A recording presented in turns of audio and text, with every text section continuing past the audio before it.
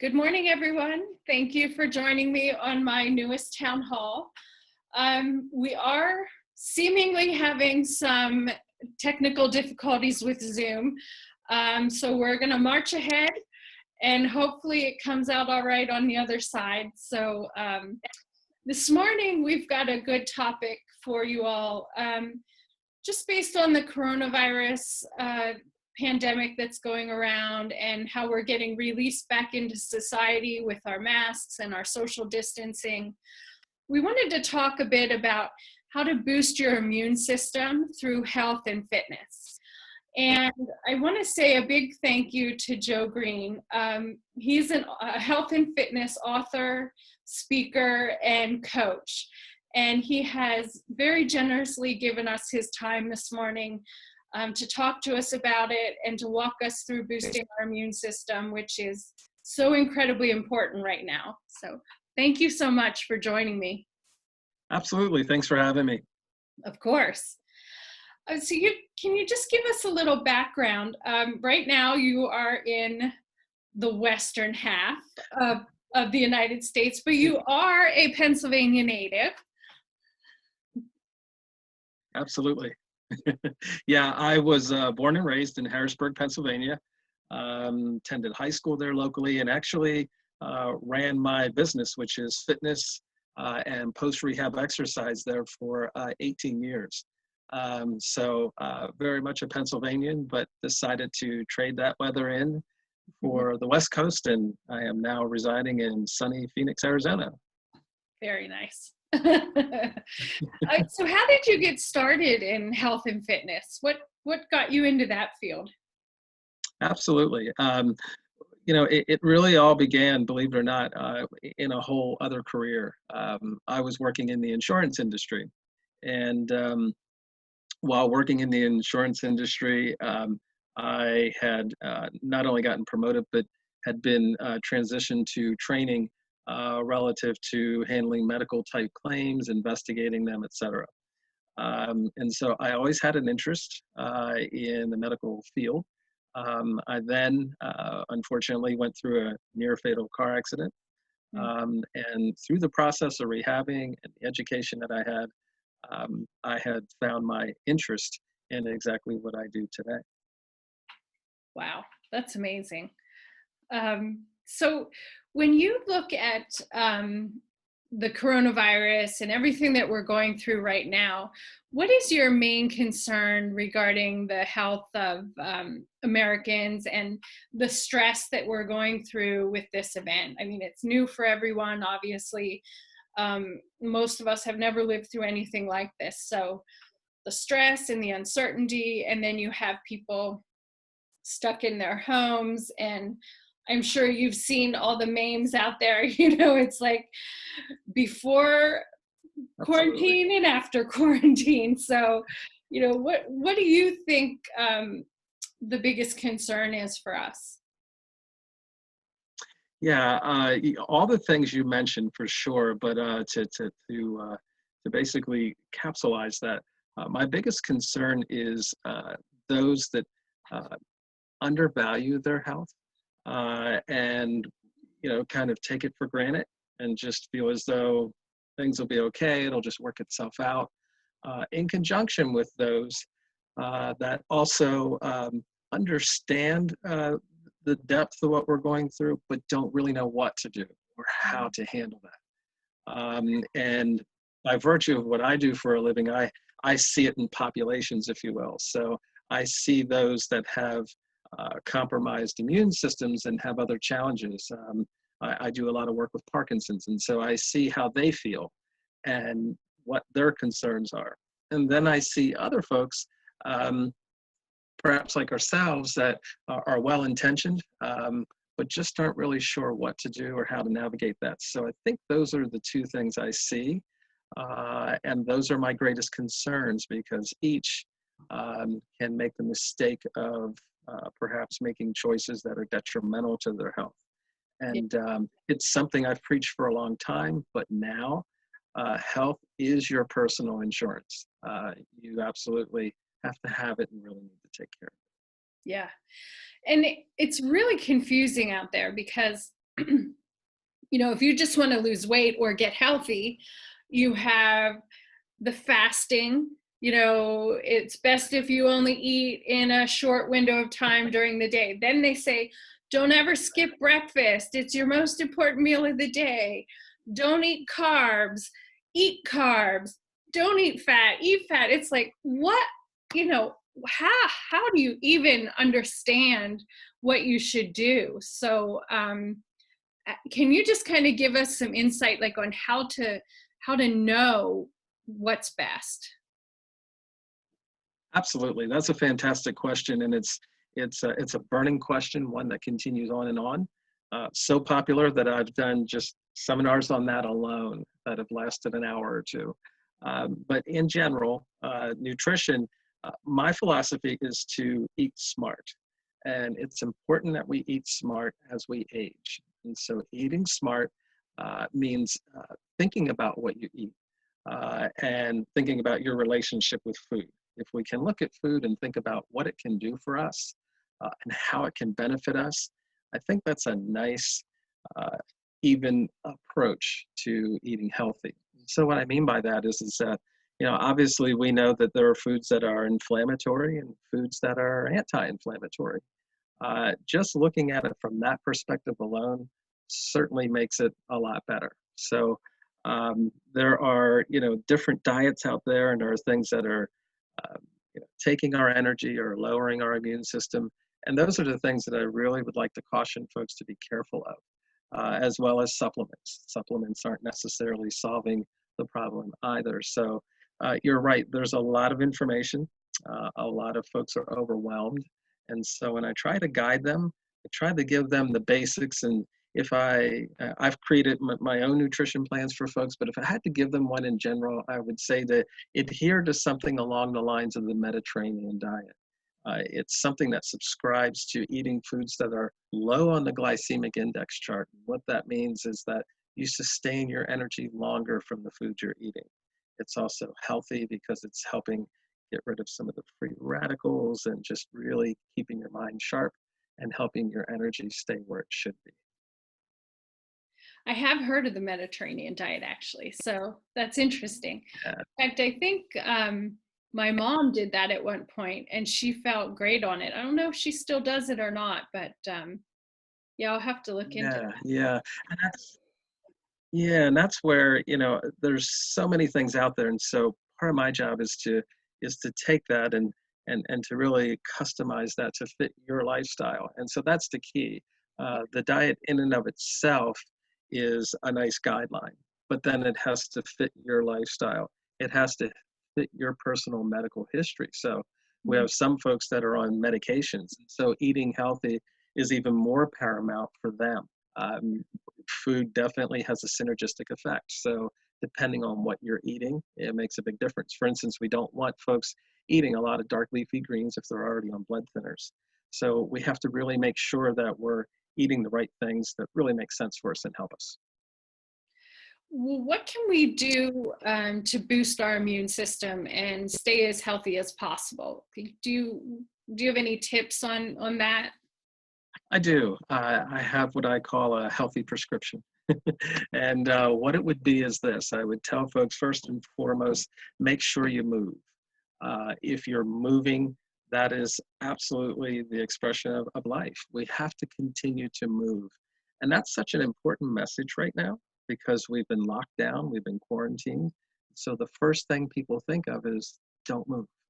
Mm. And we Yep. need to do just the opposite. We can still do it safely, but we have to move. So what that means is we need to get out and go for those walks.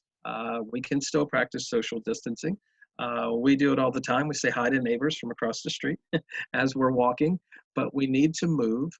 So we need to do things like gardening, dancing, even inside your house. We need to do a little bit of weight resistance exercise. Remember, the true definition of exercise is movement over a sustained period of time done repetitiously. So whether you're bending over and standing up because you're gardening or you're walking or jogging or whatever the case may be, that's what we need so that it circulates that healthy oxygenated blood all throughout the body. Yeah. The next one is we want people to, we touched on a little bit, we want people to eat smart. So we want them to eat healthy in order to help keep their immune system up so that they are as healthy as they possibly can be. Eating whole foods is very important. The next one would be to rest wisely. In other words, we want to make sure that folks are getting the rest that they should. So at least 6 hours to 9 hours of sleep on a daily basis is key. That's when the body makes its repairs, goes ahead and creates more energy that you can use throughout the day. So very important. Remember, the body can't store energy, so you have to go get some. Make sure you rest. And finally, make sure that you live well. And living well can mean something different for everyone, but in general, living well means taking time to connect with friends. You can FaceTime, Zoom, Skype, make sure that you still connect. So keep your mind active and do things that help your mood. If you enjoy music, music tends to transport you back to a time and place that's really good. You hear a certain song, you think, oh, I remember that, 8th grade. Yeah. So I think things like that. Some folks are, proponents of meditation or yoga. Um, Things that help you live well, things that feed your soul, I think are good to do. So if that combination in any shape or form can be done, I think that's fantastic. Well, you mentioned a couple things for people to get moving. And, it obviously is a little more difficult right now during the quarantine. But can you kind of go through some of the benefits of, exercising? And when you say exercising, I think people automatically think it's like overwhelming. I don't want to go to the gym. I can't lift weights. My back hurts, blah, blah, blah. But I'm sure just moving more doesn't necessarily have to entail all of that. Absolutely, that's right. And just like the different examples I gave, exercise can be a number of different things. And to be honest with you, that's the cornerstone of the existence of what I do for a living. When I started out, I worked with folks in home. First thing they'd say is, well, I don't really have anything. And I always said, if you have your body and you have even a chair, we're fine. We have plenty to do. So there's a lot you can do. And what we found is that exercising on a regular basis, and we'll define that, if you can get exercise in 4 to 5 days a week, we have found that we get exciting results. Like for instance, it reduces the risk of respiratory issues. So it's definitely worth it. We just have to find time to do it. And so what could be exercise? Washing the car, gardening, mowing the lawn, working on house projects, getting after the to-do list. Those are all things that can represent exercise. And, we all have an exercise personality. And what that means is that what you said, there's certain things we like and don't like. So if you don't like picking up, dumbbells and hoisting them up, and doing that for half an hour, okay, you don't have to do that. We can find some other things for you to do. You can do body weight exercises. There are just so many options. And so if someone is confused or they're not sure, the best thing to do is to use the internet or find health professionals out there that have a philosophy that I have, which is there's always something you can do, but let's find the right thing for you.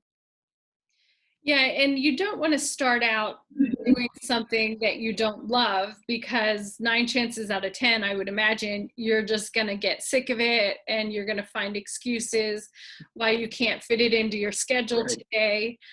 And Right. so I do have a question for you though, like if you can't fit in, now most people can, but let's say we get back to work and life starts again. But if you can't fit in a solid half hour in a day, is it okay to break it up into say 2 15 minutes or 3 10s? Do you still get the same benefit if you do it in shorter bursts of time? That's a fantastic question. And I've always been a proponent of making sure that you exercise and that you don't decide to nix it because you don't have a solid 30 minutes. In fact, one of the benefits to that would be if you're exercising, let's say at 3 different times throughout the day, at least we've got you burning an accelerated amount of calories 3 different times during the day. So you'll see a peak and a rise and a peak and a rise. And we'll definitely take that any day. So there's really a huge benefit to that. In fact, when I was in Pennsylvania, I created a health and fitness challenge, and it benefited the Ronald McDonald House. And we had folks go out and pledge and get people to support them while they did ab crunches, above all things. So the idea was they needed to do ab crunches. And I told them, we have a goal. I need everyone within 30 days to get 5,000 ab crunches. And so everyone said, you've got to be kidding. I can't do this. And the one gal, she was in her, I think early 60s. And she said, Joe, you've lost your mind. She said, not only can I not do 5,000, she said, I don't think I have enough life left to do 5,000. And I said, you know what? Here's what I want you to do. And it plays with what you said. I said, I want you to, every chance you get, I want you to do a few. When you're cooking, while the water is getting ready to boil, drop down and do 10, 15, 20. Right before you go to bed, do another 15, 20. There's different pockets of time. And so I really urge people to be an opportunist. Just look for opportunities and do what you can. Nothing occurs for free. It has to make a difference. It's like saving pennies. So I really do advocate that for sure. Is there a better time of the day to exercise? Like I've heard you should exercise first thing in the morning on an empty stomach. And then I hear, well, in the evening, with some protein beforehand. And it's, is any of that relevant? My answer to that, I've gotten that question before, and I always say the best time to exercise is the time when you're most likely to do it. That's the best time. Because otherwise, if someone says, look, I need you up, it's 6 a.m., let's go, already, you're thinking, what, is it Wednesday already? I don't want to do this. But, if you do it and you say, you know what, I could see myself exercising at 10 o'clock or whatever have you, exercise at 10 o'clock. If you're a night owl, exercise at night. I've had some folks that said, what, exercise really energizes me. So of course we don't want them exercising at night. They won't sleep. Yeah. So whenever you're most apt to do it and you feel as though you're motivated to get it done, I say that's when I would go and get it done. And you touched on eat smarter, and we did talk a little bit about that, but they say that, with all the chemicals on foods and everything, it's important to stay as organic as possible. Do you subscribe to that? Is there truth in that? Well, there's a lot going on with our food. And to the point where when sometimes we start to really delve into that, it gets pretty disturbing between falsification on some of the labels and what's really going into processed foods. I just recently wrote an article about soda that would just alarm you of what's really in there and what it's doing, such as, the coloring in soda has nothing to do with the flavoring. And it's an additive that's actually harmful. So again, I like to go back to saying, let's keep it really simple and basic, which means eat whole foods that have color, foods that the body actually has to work to digest. When you get into fruits and vegetables, can't go wrong. When you get into seeds and nuts, can't go wrong. And this is kind of the crux of the whole Mediterranean spin, because other foods, they're chemically enhanced, and we have to watch. So here you have someone who's well-intentioned, and they said, well, I'm eating the blueberry whole grain waffles. And we find out that, the blueberries aren't blueberries, they're really orange peel sprayed blue. So they're not really getting what they thought. You would have been better off saying, you know what, I'll pop some blueberries in my mouth, right? And maybe, some granola and, something like that. You'd be better off going that route. So the rule of thumb is if you know exactly what you're getting because you understand what's in your hands, you're probably off to a good start. But if you have to read a label and you don't recognize some of the words, or you're tricked even with good intentions, then that's a problem. We see it a lot with the drinks, saying that it has, that they're sugar-free, when in fact they're not. The loophole is if it has 0.5 grams or less per serving, they're allowed to say it's sugar-free, but it's not. If the drink has 4 servings and it has zero point 0.5 grams of sugar, it has sugar, you know. Yeah. So when we get into the, you know, like Coke Zero that's ridiculous.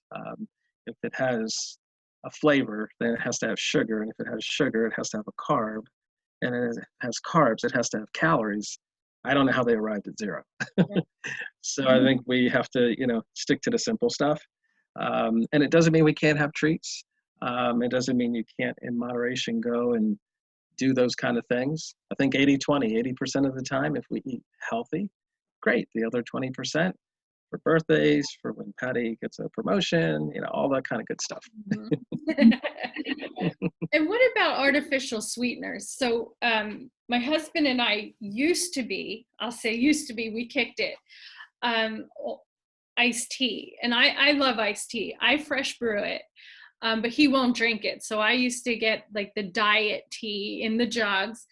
And then I started hearing about, you know, how bad artificial sweeteners are, because it was, you looked at the label and it was 0,0,0,0,0. And it's like, well, then how can it be bad? You know, no calories, no sugar, Right. no carbs. But how bad are the artificial sweeteners for us? They're really, really bad. I'll put it this way, they're doing us in. They're linking it to a lot of issues such as Alzheimer's, cancer, a lot of different things. So, you know, if you notice, Splenda is no longer really on TV. You know, they had to stop. You know, they were just, you know, just one molecule short of chlorine. So they finally got them, you know, to step back. And when they tried to resurface, it didn't work quite as well. The artificial sweeteners are causing a lot of issues. They're causing a lot of underlying problems, and they're also introducing symptoms that, you know, we're having a hard time figuring out what's going on. You know, someone will say, well, gee, you know, I'm having a burning sensation in my fingers, and I have these other symptoms, and they're starting to become kind of customized. And I think what's happening is our receptor sites in our bodies and whatnot are becoming saturated with this. Again, it's a shame because it's at the expense of well-intentioned, Hmm. um, but it's causing a lot of problems. A ton. Yeah, and I can imagine, you know, bringing this back to the immune system, you know, when you're eating all those chemicals and you're eating all the processed foods and the artificial sweeteners, your body has to process that. And so you're taxing those organs in your body, I would imagine, that are better suited to actually like keeping you alive and keeping you healthy. So I would imagine that damaging those organs really ends up taking a toll on your immune system as well. Absolutely, and you know, it's a shame that it's not as we'll say it's not as glamorous as seeing actual fat loss. You see someone, you know, seemingly trimmed down, but we can't see the internal organs and what they're going through. You know, we don't see damage to the liver. We don't see those things. You know, but you know, when it finally manifests, it suddenly manifests into type 2 diabetes. Um, Sugar has become such an epidemic that they're now calling it type 3 because it's causing that much damage and the problems are that widespread. So you're right, it is hurting us. And sugar is like pouring sand into an area that needs free lubrication. So it's inflammatory to joint sites. You know, water helps lubricate joints. Sugar is like putting sand where we need oil. So it's, you know, harming us from the perspective of our energy levels. So it's spiking the adrenal, you know, levels that we have, and it's causing mood swings. And then when you have sugar, of course, that's what's making people hungry, and it makes you hungry, and you can't get satisfied, and so you want more. So it's contributing to overeating. So Yeah. there's a lot of things to be said, and we can kick it using things like fruits that have a different type of sugar, a natural sugar that come from them. So if we're eating like, you know, apples and pineapples and, you know, things like that, much better, and that can help you transition away from that so that that's not happening to you so much. And I want to touch on rest. You mentioned that you should get, 6 to 9 hours of sleep a night. And I hear a lot of people, and I fall victim to this as well. It's like I've just slept 7 hours or 8 hours, and I wake up feeling like I haven't had one night's sleep. I don't know how that happens. You end up more tired in the morning than you were when you went to bed. So, how do you get a good night's sleep, and how does that help boost your immune system? Absolutely. First off, we find that sometimes sleep is just like nutrition, it's erratic. So we have folks that are going to bed at all different times. And so that's the first thing. If the body really, really likes to have a dedicated plan. So, we are creatures of habit, right? So the body would love to know that, you know what, she's going to retire at about 10 o'clock. She's going to wake up about 6. And boy, you want to talk about something that plays into really helping your metabolism. You can always tell when you're spot on, because if you're keeping that consistent, you wake up without an alarm. Your body will wake itself up. It knows, hey, listen, it must be 6 o'clock, because you're up and you're ready, and it's time to eat. So I think the first thing is to establish a consistent regimen that you're getting up and going to bed at the same time. The second component to that, of course, which is not easy at all, is to try and put the mind at rest. So it's kind of hard to turn your mind off. That's why we have some people taking melatonin and all kinds of good things, or meditating or whatever have you. One of my favorites is, I tell people the one thing we need to do really bad that they don't do, and it's the perfect time, is to stretch before you go to bed. Okay. It's very relaxing. It's almost like a massage before you lay down. It feels pretty darn good. So I'll use a foam roller, but I stretch. I stretch my legs, and I stretch my shoulders and my chest and whatnot, and then I finally retire for the evening, and it's a lot easier to relax. So getting that rest is important. It helps our immune system because it gives you the energy to fight off infections and colds. Getting enough rest allows you to focus. And really big is, if you get enough rest, your body will not release the chemical hormone that says, hey, go eat. And by the way, eat crap, because we need quick, fast energy.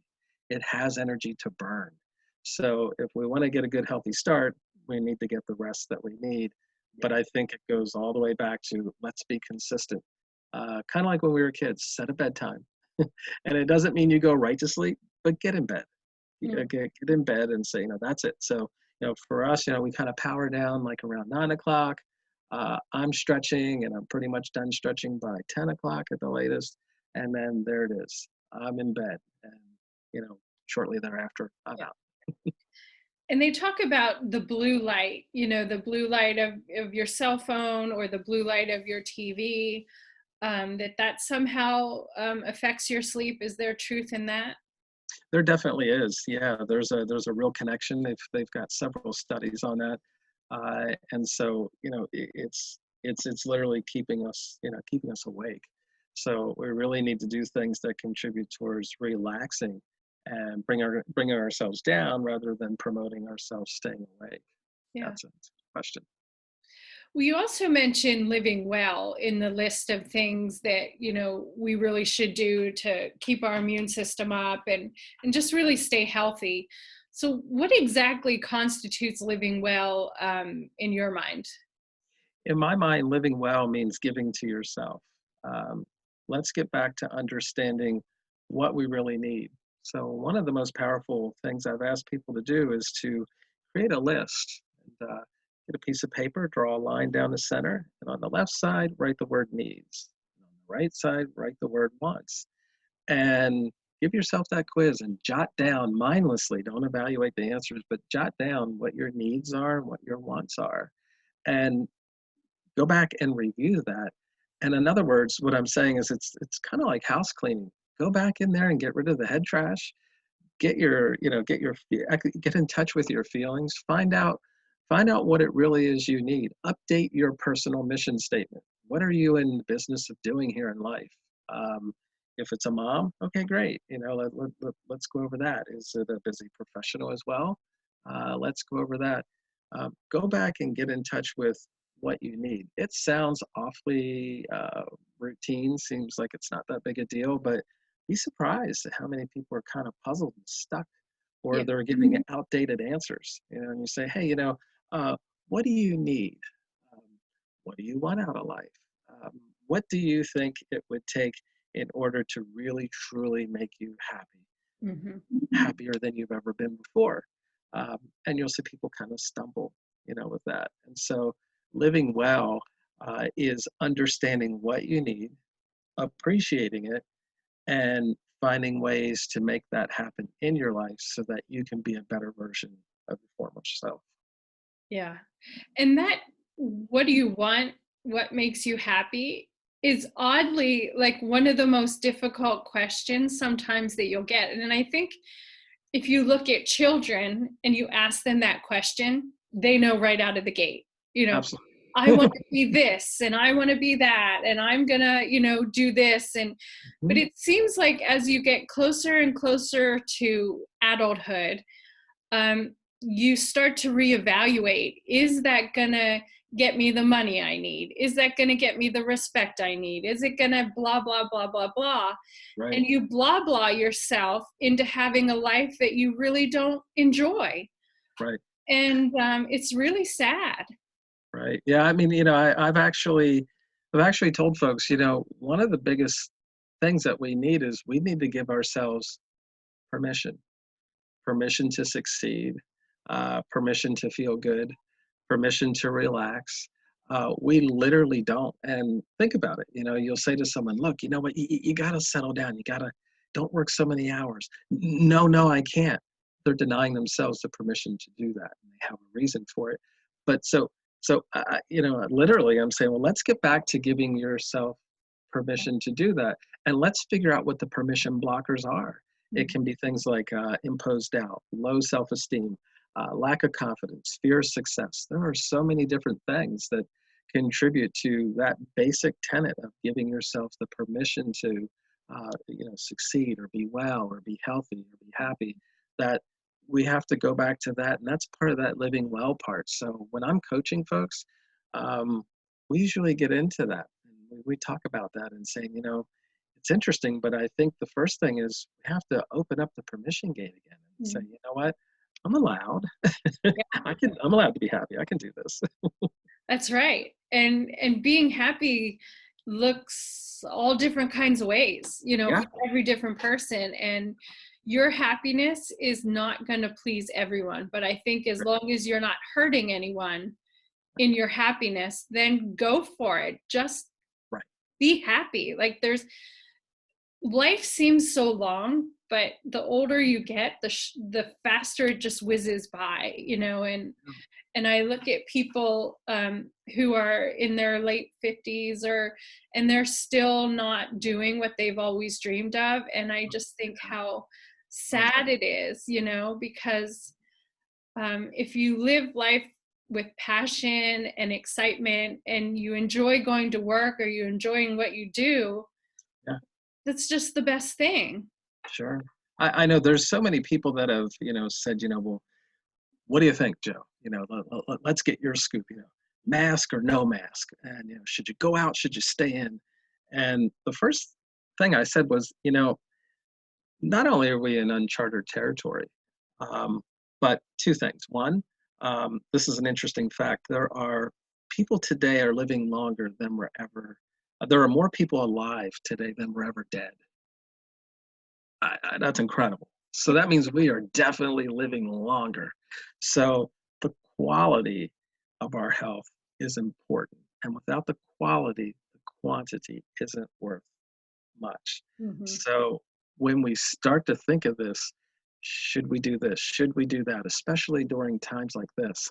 What I told folks was, I, I think take this approach because every time, and I go on Facebook and I read it, and everybody makes a good point. I mean, whether they should or shouldn't. So what I've begun to say is, if someone told you, and heaven forbid, but if someone told you, listen, this whole thing here called life, it's done by November. okay, after Thanksgiving, we're done. It's a wrap. What would you do? How would you live? What would you want to accomplish? What would you want to say or do? Live that way.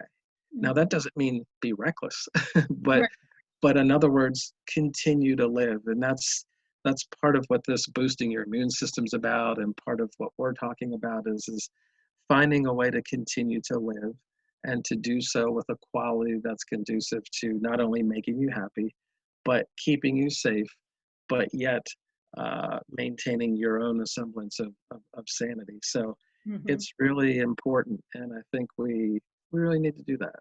Yeah, absolutely. And it saddens me that we're at a point in society, I guess you can say, where labels are kind of taking over, and people are automatically disliking somebody else because of a label that's been affixed Right, to them. right, And if people really took the time to get to know somebody with that label, they would be really surprised right, that they would actually see themselves in that person. right. And I think in my mind, part of living well is opening yourself up to new people that you maybe think a certain way about, Mhm. or going into communities where you've never been before, and just kind of opening yourself up to life and other people's experiences. I think that really has an effect on you as a person, Right. that can be profound. Absolutely. And I really try to get folks to enlist and take on the mindset that, before you judge what someone's doing, um, look at it as you would your best friend. In other words, give it the benefit of the doubt. Yeah. Because I've actually heard some pretty touching stories. And, for instance, someone said, well, I can't believe this person's going to Home Depot and they're buying plants, and, I can't, all they're worried about is their garden, and we're in the middle of a pandemic. And it's like, listen, you know what? This person may be dealing with addiction, and therefore, to keep their mind and their sanity and everything going, they're finding a project to do Yeah. so they can maintain their sobriety. There's so many different things. Everyone, each one of us has to do different things to keep ourselves going, to keep ourselves whole, and to keep going. So yeah, let's give a little room, a little breathing room for what, folks are doing, and saying, well, how about taking this mindset? Well, they must need it. You Yeah. know, we had a neighbor who took to the Nextdoor app and wrote on the app a long apology.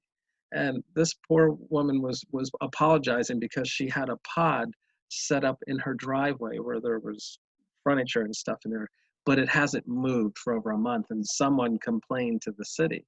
And she said, I really wish, and she said it nicely, but she said, I really wish you would have talked to me. She said, because here's what happened. She said, we moved the furniture into the pod because our in-laws were coming to live with us. However, they took to getting sick. One of them got the virus and another one something else. And so therefore, when their furniture came, we had nowhere to go with it. So we brought our furniture back into the house, put their furniture in there, and then dealt with that. She said, it's not what you think. I don't want it there either, but here's what happened. Yeah. So that's an example, right? Yeah.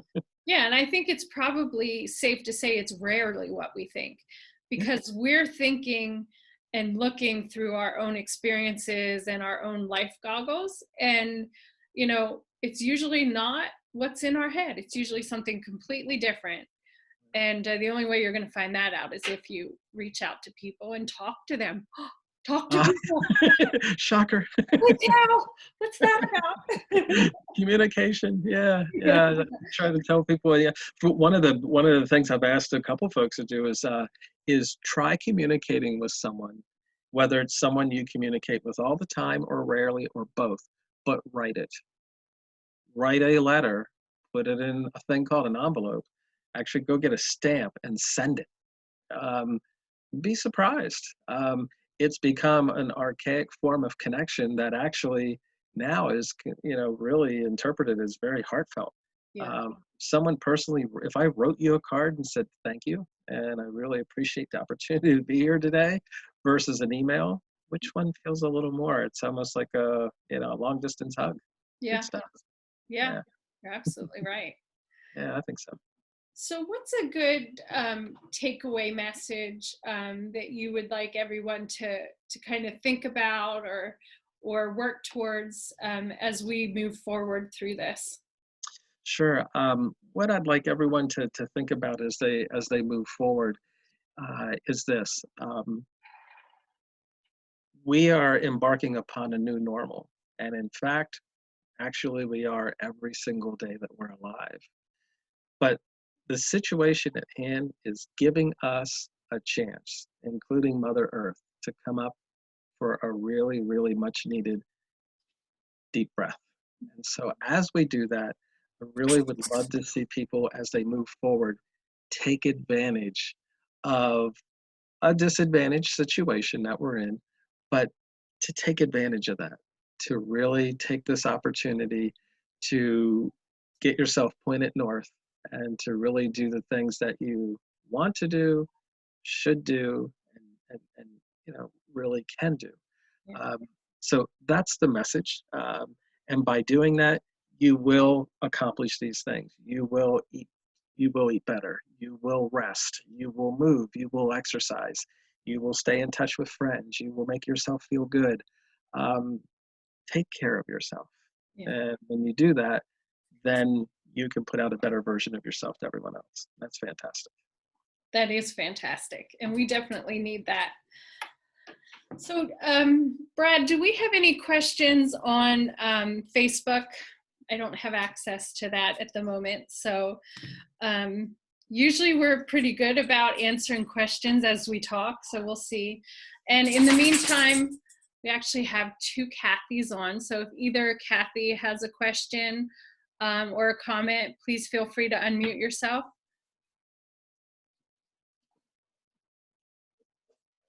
I said one of the things I would love to do is I'd love to see them play on TV, almost like the national anthem.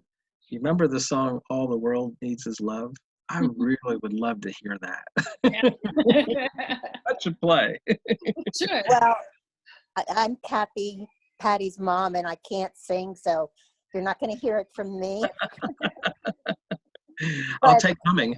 She's good at humming. Right. I'll be quiet. I did have one question, and Sure. if you answered it, I'm not sure I got it, but is it better to eat before you exercise or not eat before you exercise? Oh, good question. Yeah, we didn't have it phrased quite that way. It is a good idea to eat prior to exercise. However, in doing so, allow yourself a 60 to 90-minute window before that.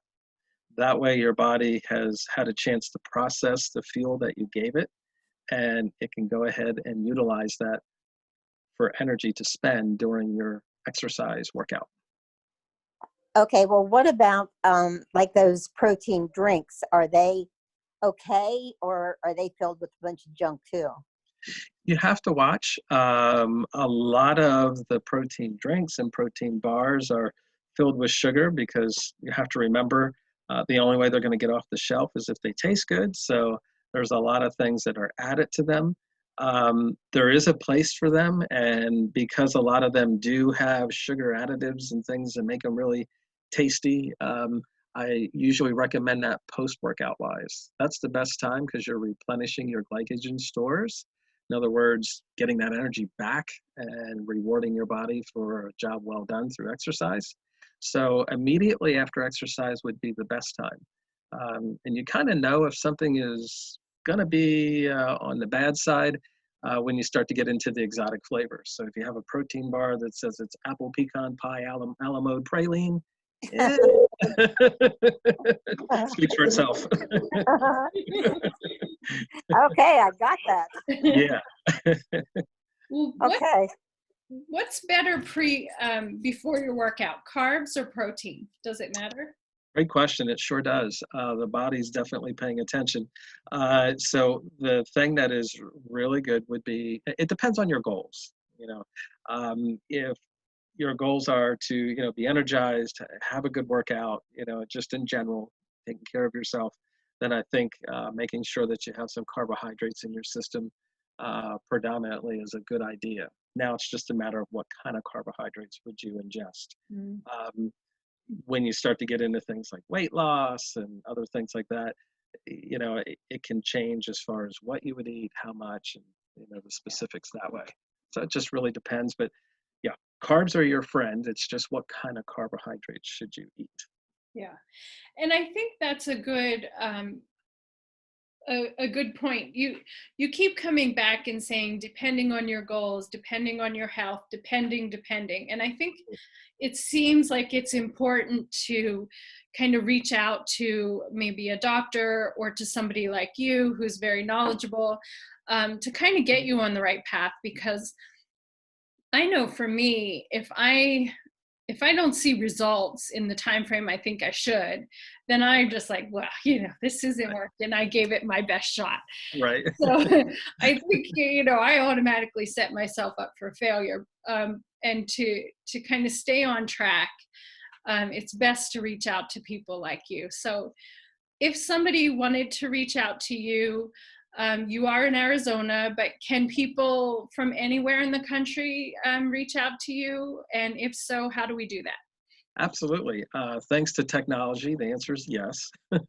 And they can. So they can visit my website, and they can reach me there, and that's www.joegreenspeaks.com. You can reach me through that website.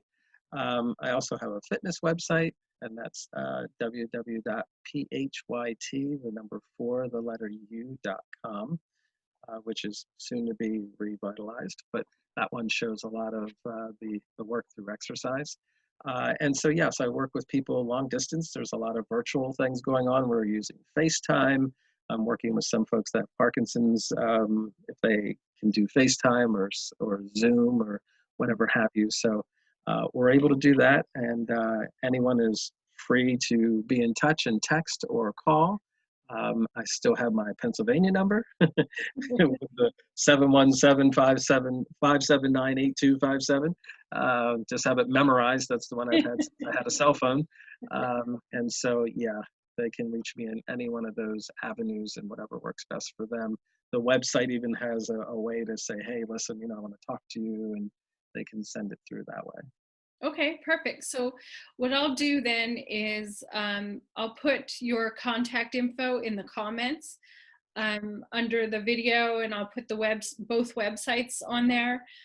So if people want to reach out to you, and you also do speaking engagements. So if somebody wants to have you come speak to their employees or their whatever, do they reach you in the same manner? Absolutely. In fact, if they go to the Joe Green Speaks website, it'll give them the opportunity to see the different type of subjects and type of things I speak about, read some of the blog articles that I've written. One of them about being permission, I started to talk about that a little bit. And there's an avenue to contact me right through there in order to make arrangements. Absolutely. Okay. And you have a new book coming out. So when is that coming out? How will people find it?